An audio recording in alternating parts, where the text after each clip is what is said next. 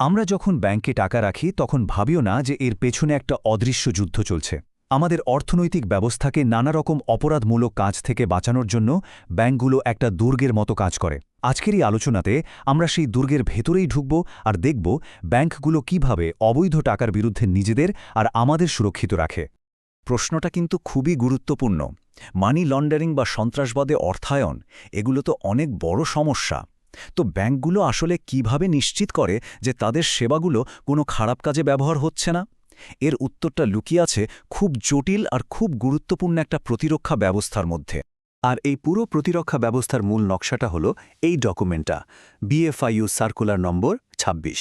এটাকে বাংলাদেশের প্রত্যেকটা ব্যাংকের জন্য একটা মাস্টার ব্লুপ্রিন্টও বলা যেতে পারে। চলুন এই নির্দেশনার ভেতরে ঢুকে দেখি ব্যাংকগুলো তাদের দুর্গটা ঠিক কীভাবে তৈরি করে। এই দুর্গটাকে আমরা কয়েকটা স্তরে ভাগ করে বুঝতে পারি।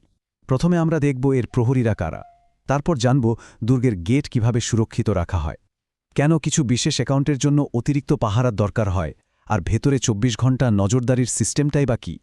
সবশেষে দেখব এই ডিজিটাল যুগের দুর্গটা নিজেকে কিভাবে আপডেটেড রাখছে। যে কোনো দুর্গের সুরক্ষার জন্য তো একটা কমান্ড স্ট্রাকচার লাগে, তাই না? ঠিক তেমনি ব্যাংকের ভেতরে মানি লন্ডারিং ঠেকানোর দায়িত্বটা কার, সেটা একেবারে ওপর থেকে নিচ পর্যন্ত খুব স্পষ্টভাবে ভাগ করা আছে। আর এই পুরো সিস্টেমের মাথায় ছাতা হয়ে আছে বাংলাদেশ ফিনান্সিয়াল ইন্টেলিজেন্স ইউনিট, মানে BFIU। এই সংস্থায় সব নিয়মকানুন তৈরি করে আর নিশ্চিত করে যেন সবাই সেগুলো মেনে চলে। বলা যায় এরাই হলো এই দুর্গের সর্বোচ্চ নিয়ন্ত্রক। দেখুন, দায়িত্বের এই শিকলটা বেশ পরিষ্কার। একদম ওপরে আছেন বোর্ড অফ ডিরেক্টরস, তাদের নিচে কাজ করে একটা সেন্ট্রাল কমিটি, যার নেতৃত্বে থাকেন চিফ AML কমপ্লায়েন্স অফিসার বা ক্যামেলকো, আর তারপর প্রত্যেকটা ব্রাঞ্চে থাকেন একজন করে ব্রাঞ্চ AML কমপ্লায়েন্স অফিসার বা BMLকো। এই চেনের সবচেয়ে গুরুত্বপূর্ণ চরিত্রদের একজন হলেন এই ক্যামেলকো। তিনি ব্যাংকের CEOর খুব কাছের একজন সিনিয়র কর্মকর্তা এবং পুরো ব্যাংকের অ্যান্টি মানি লন্ডারিং সিস্টেমের জন্য তিনি দায়ী। এক কথায় তিনি হলেন ব্যাংকের প্রধান ওয়াচডগ বা প্রহরী। এবার আমরা দুর্গের দ্বিতীয় স্তরে ঢুকছি, মানে দুর্গের গেট সুরক্ষিত করা। এর মানে হল ব্যাংকিং সিস্টেমে কাকে ঢুকতে দেওয়া হবে সেটা খুব ভালোভাবে যাচাই বাছাই করা। এই পুরো প্রক্রিয়াটারই নাম হল নো ইয়োর কাস্টমার বা KYC। আর KYCর একেবারে কেন্দ্রে আছে কাস্টমার ডিউ ডিলিজেন্স বা CDD। এর মানে কিন্তু শুধু নাম ঠিকানা জেনে নেওয়া না, বরং গ্রাহক আসলে কে, তার টাকার উৎসটা কি, আর সে সাধারণত কী ধরনের লেনদেন করতে পারে, এই সব কিছু খুঁটিয়ে দেখা। তবে সব গ্রাহকের জন্য কিন্তু একই লেভেলের কড়াকড়ি করা হয় না। যেমন ধরুন, একজন সাধারণ চাকরিজীবীর জন্য হয়তো সিম্পলিফাইড ডিউ ডিলিজেন্সই যথেষ্ট। কিন্তু যখনই কোনো গ্রাহককে নিয়ে ঝুঁকির সম্ভাবনা দেখা যায়, তখনই ব্যাংককে এনহ্যান্সড ডিউ ডিলিজেন্স করতে হয়, মানে আরও অনেক গভীর তদন্ত করতে হয়। এখন একটা বেশ ইন্টারেস্টিং ব্যাপার বলি। অনেক সময় অ্যাকাউন্টের মালিক সামনে একজন থাকেন, কিন্তু আসল কলকাঠি নাড়েন অন্য কেউ। ব্যাংকগুলোর দায়িত্ব হল এই কাগজের মালিককে টপকে পর্দার পেছনের সেই বেনিফিশিয়াল ওনার বা প্রকৃত সুবিধাভোগীকে খুঁজে বের করা। এখানে নিয়মটা একদম কাটকাট। কোনো বেনামি বা ভুয়া নামে অ্যাকাউন্ট খোলা যাবে না।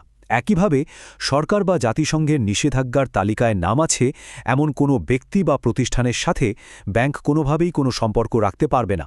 আচ্ছা, কিছু গ্রাহক আছেন যাদের পদ বা প্রভাবের কারণে ব্যাংক শুরু থেকেই তাদেরকে হাই রিস্ক বা উচ্চ ঝুঁকিপূর্ণ হিসেবে ধরে নেয়। এদের জন্য ব্যাংকের প্রতিরক্ষা ব্যবস্থায় থাকে কিছু অতিরিক্ত প্রহরী আর বিশেষ নিরাপত্তা। এদেরকেই বলা হয় পলিটিক্যালি এক্সপোজড পারসন বা সংক্ষেপে PEP। এরা হতে পারেন কোনো বিদেশি রাষ্ট্রের বড় কোনো রাজনীতিবিদ বা উচ্চপদস্থ সরকারি সামরিক কর্মকর্তা। তাদের ক্ষমতার কারণে তাদের অ্যাকাউন্ট ব্যবহার করে দুর্নীতি বা অবৈধ লেনদেনের ঝুঁকিটা একটু বেশি থাকে। একজন পেপ্র জন্য অ্যাকাউন্ট খুলতে হলে সাধারণ নিয়মকানুন যথেষ্ট না, এর জন্য একেবারে সিনিয়র ম্যানেজমেন্টের অনুমতি লাগে। তাদের সম্পদের উৎস তন্ন করে যাচাই করতে হয়, আর তাদের অ্যাকাউন্টের ওপর সবসময় কড়া নজর রাখতে হয়। আর মজার ব্যাপার হলো, এই কড়া নিয়ম শুধু তাদের জন্যই না, তাদের পরিবারের সদস্য আর ঘনিষ্ঠ বন্ধুবান্ধবদের জন্যও প্রযোজ্য। আচ্ছা, কাউকে দুর্গের ভেতরে ঢুকতে দিলেই তো আর কাজ শেষ হয়ে যায় না, বরং আসল কাজ তো এর পরেই শুরু। ব্যাংকগুলোকে দুর্গের প্রহরীর মতো দিনরাত সব লেনদেনের ওপর নজর রাখতে হয়। এই সংখ্যাটা মনে রাখুন, 10 লক্ষ টাকা। কেন এটা গুরুত্বপূর্ণ? কারণ কোনো অ্যাকাউন্টে একদিনে 10 লাখ টাকা বা তার বেশি ক্যাশ টাকা জমা পড়লে বা তোলা হলে একটা অটোমেটিক রিপোর্ট চলে যায় BFIU এর কাছে। এটাকে বলে ক্যাশ ট্রানজ্যাকশন রিপোর্ট বা CTR। এখানে কোনো সন্দেহের ব্যাপার নেই, এটা একটা নিয়ম। 10 লাখের গণ্ডি পার হলেই রিপোর্ট চলে যাবে। আর দ্বিতীয় রিপোর্টটা হলো সাসপিশিয়াস ট্রানজ্যাকশন রিপোর্ট বা এসটিআর। এখানে কিন্তু টাকার পরিমাণটা আসল না, আসল হলো সন্দেহ। যদি কোনো ব্যাংক কর্মকর্তার একটা লেনদেন হোক, সেটা মাত্র 1000 টাকার, অস্বাভাবিক বা সন্দেহজনক মনে হয়, তাহলে তিনি এসটিআর ফাইল করতে বাধ্য। আর এখানেই কিন্তু কেওয়াইসি বা গ্রাহককে ভালোভাবে চেনার গুরুত্বটা বোঝা যায়, তাই না? তাহলে মূল পার্থক্যটা কোথায়? সিটিআর হলো একটা অটোমেটিক সিস্টেম, 10 লাখের একটা গণ্ডি পার হলেই বেজে উঠবে। অন্যদিকে এসটিআর হলো পুরোটাই কর্মকর্তার বিচার বুদ্ধির উপর নির্ভরশীল, সেটা যে কোনো পরিমাণ টাকার লেনদেনই হতে পারে।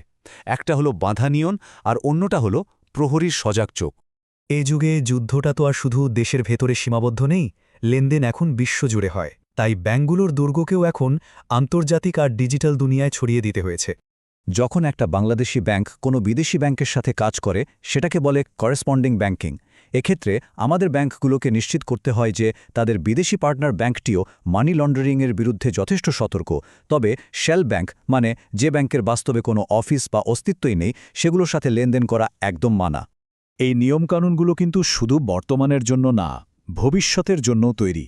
সার্কুলারে পরিষ্কার বলা আছে যে কোনো নতুন প্রযুক্তি, যেমন ধরুন ইন্টারনেট ব্যাংকিং বা ইকেওয়াইসি, চালু করার আগেই ব্যাংকে এর সাথে কি ঝুঁকি আসতে পারে সেটা খতিয়ে দেখতে হবে, আর তা মোকাবেলার জন্য প্রস্তুত থাকতে হবে। তাহলে আমরা দেখলাম ব্যাংকগুলো কিভাবে একটা বহুস্তরীয় দুর্গ তৈরি করে অবৈধ টাকার স্রোত আটকানোর চেষ্টা করে।